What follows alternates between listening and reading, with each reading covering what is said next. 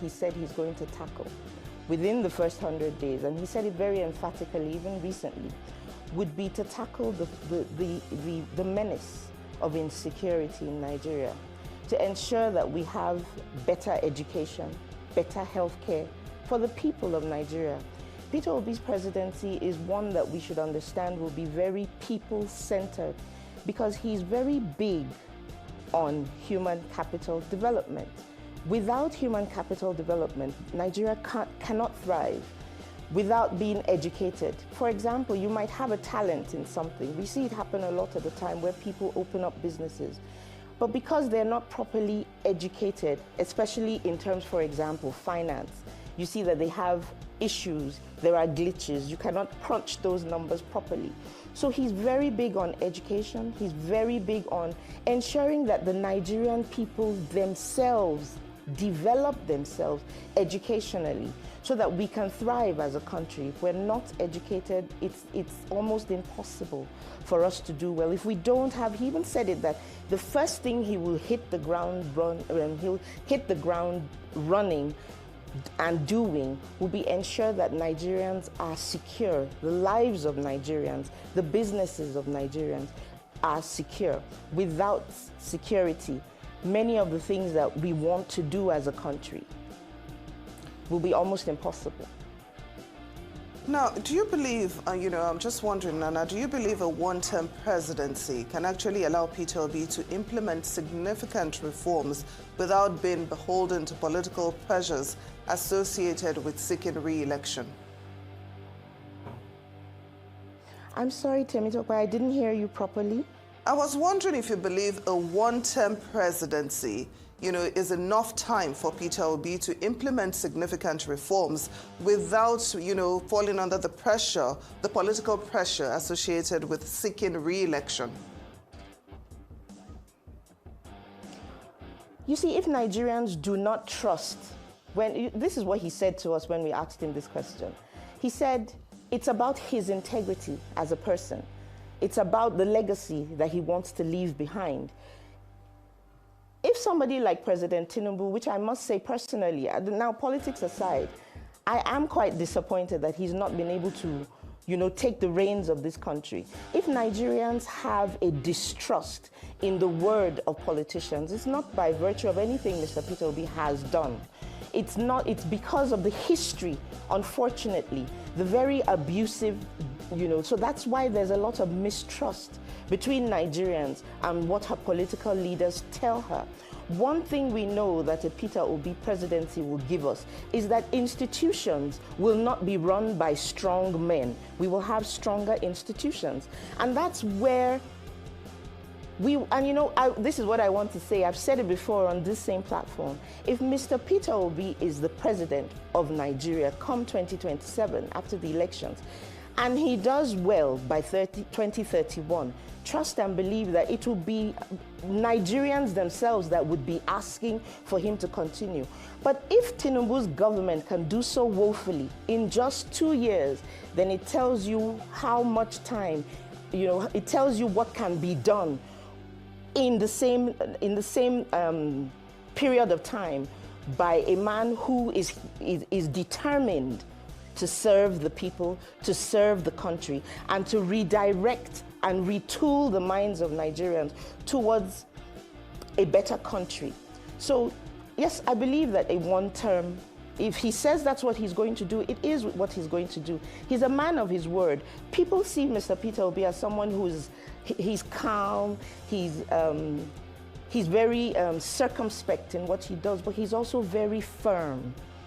And so, yes, if he says he will run for one term, I do not know that that's what's on the table yet. But he did say that if that's what is put on the table, and if he says he's going to run for one term, then so be it. That's what he'll do. So this was... I will not allow you to... Help me! Help me! Help me! Help me! Help me! Help me! Help me! Help me! If they carry me, they go where I don't know. Help me! Help me! So this was... I will not allow you to... Help me! Help me! Help me! Help me! Help me! Help me! Help me! Help me! If they carry me, they go where I don't know. Help me! Help me! So That is Nana's position. And I quite agree with her. Not like agree that, you know, Obi will do 1 term of 4 years if that's the offer they give him, Abi. No, that's not the one. I mean, there's so much that can be done in a single year, single financial year, that people will feel it. Just the same way they turned the lives of Nigerians upside down in 2 years. It's the same way they can put your life back in shape, on track in 2 years. But they have psychologically conditioned Nigerians that the problem of Nigeria cannot be solved in 10 years. It cannot be solved. In fact, it cannot be solved in 50 years. Don't let anybody tell you that. So they conditioned your mind that way. But they can change your life in a single year, turn it upside down, and that is normal. It is not. Do you know what changes can happen if, for example, they write a budget of 40 trillion, and in that budget, the salary of political office holders and maybe other salaries, they are just 10% of the budget. When 90% of the budget is going into the critically needed infrastructure, the welfare of the people and the rest. And the money gets there, go. Fire service have their own budget. Nobody is stealing from it. The health ministry is having their own budgets, and they are spending them on improving your, health centers, building new ones. In a single year, do you think a government that starts the construction and completes the construction of, brand new hospitals and all of this in a single year, do you know the difference that is going to make? A government that invests in power in 2 years, that not only generates at least 10,000 megawatts of electricity, but they are distributing them. Cheap electricity, linking you up to their national grid or any other grid like that you have access to cheap power to create immediate employment in your own immediate environment, a booming local economy that in 2 years, you can say, if things continue like this, so in the next 10 years, you know what? There would have been significant improvement, but they've conditioned your mind that you have to suffer first. You must suffer. It is normal. When we are doing reform, you have to suffer. It's a normal thing. All these countries that all of you are going to, their people suffered. Do you not see their history? They suffered until they finally, Baba, our people have been suffering for over 200 years in the hands of everybody that called themselves our masters, or whatever name they call themselves. They used to call themselves our masters. Abi? Colonial masters. After that, they changed the name to governor, president, and they call them your local leaders. But they are still operating the same way, aren't they? So they conditioned your mind and say, no, you cannot have everything changed in a year. Don't expect any changes in a year. It's going to take more than 4 years for anybody to do anything. And you are watching them filtering away your common wealth. You are seeing them as they are wasting the money. They are borrowing and mortgaging the future of the unborn generation. You get what I mean now? But they will tell you that it's not possible. It's not possible for anybody. How long do you think it takes to build 10,000 megawatts of electricity? 10 years or 100 years. I don't know what the state of your own, the state of your own mind. So if you are one of those that believes that a year cannot make a significant change, a significant change cannot happen in the life of a country in a year, that we have to take the damages of all these years. It cannot be fixed in a year. Who is asking them to fix something in a year? The first fix you have to do is to first stop what is ruining the country. The criminals responsible for ruining the country, stop. It's called the plugging the hole, right? The leakage. It is called what do you call so it means that you are at least applying bandage or be plaster on the wound and then begin the process of healing. But these ones, those who are waiting to take over from Tifnumbu, they are like hyenas and jackals too. They will tell you that even though they are carnivorous animals, you got what I mean now, flesh-eating, blood-sucking animals, okay?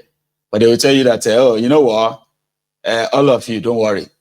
I am now a vegetarian. If you elect me, I'll become a vegetarian. I'm not going to eat flesh and blood anymore. And then the mumus that will follow them and say, he has changed you. He has accepted God. He met God last year.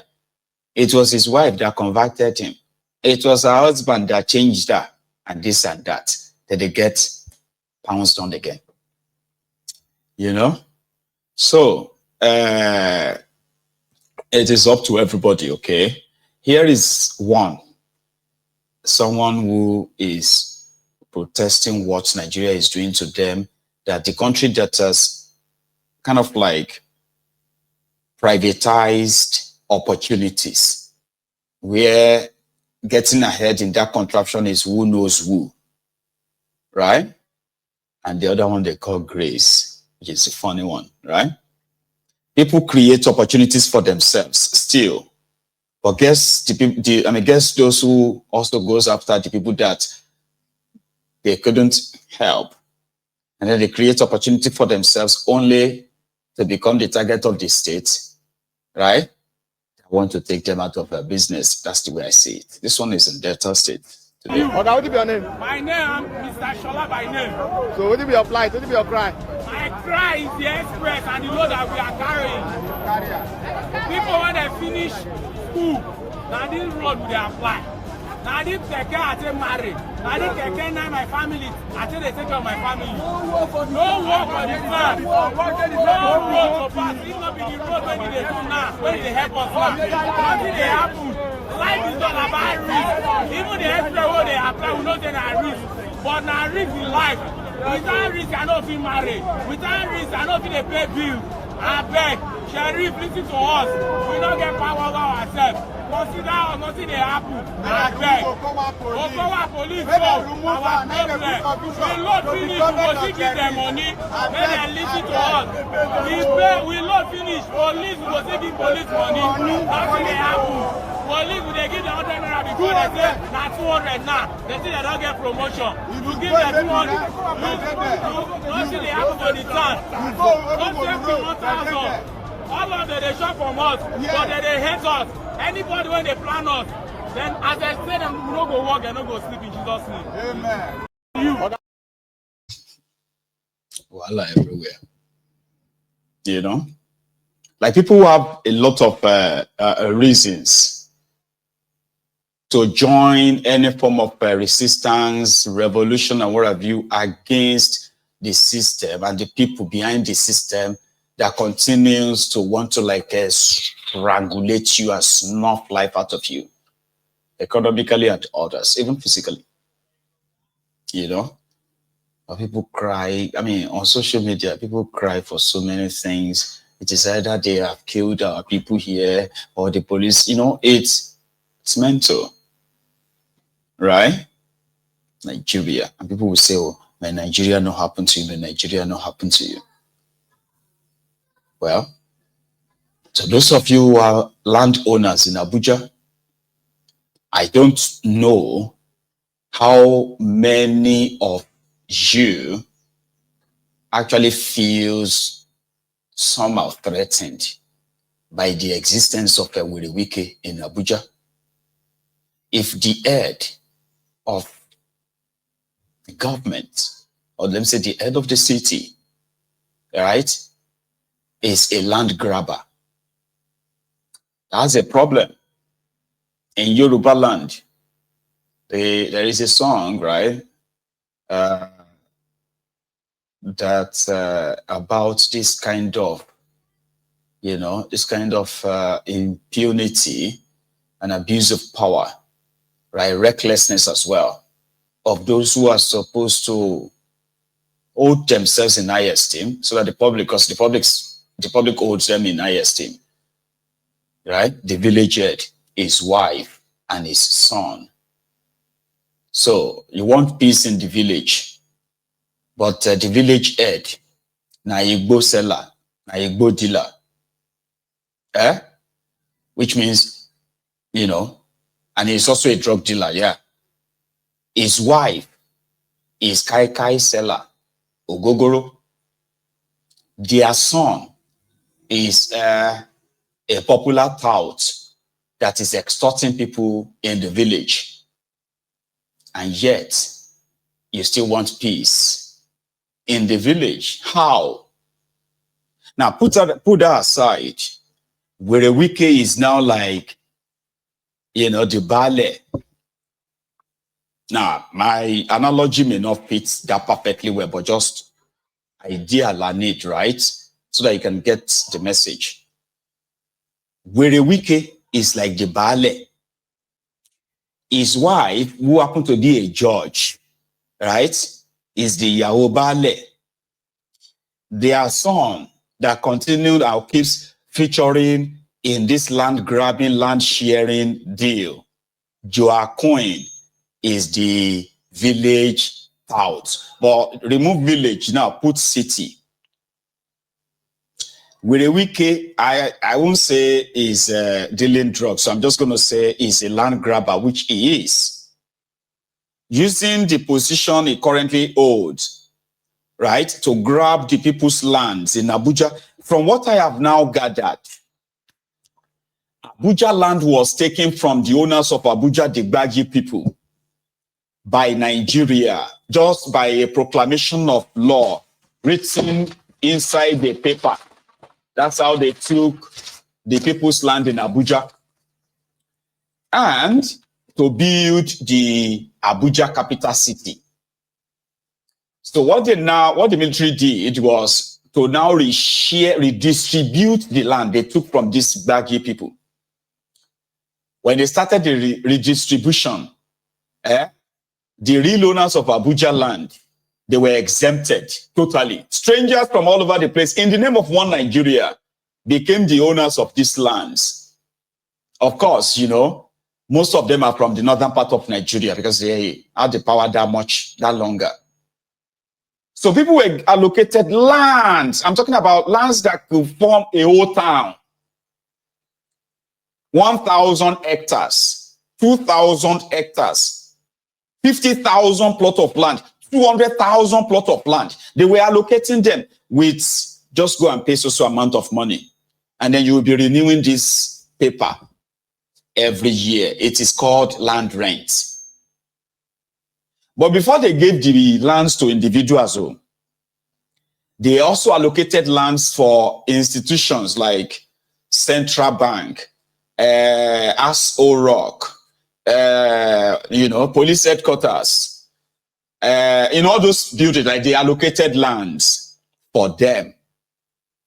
But because there were some people who did the job, listen to me, this story is quite like a backstory before Werewike came. So there were those who were involved. There were, they hired them, government hired them to help them do all the land. So they know the history of all these lands.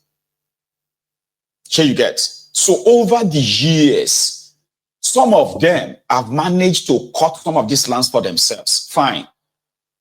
But because they were not bought land, Abuja land was not supposed to be, bought, even though they are selling them now.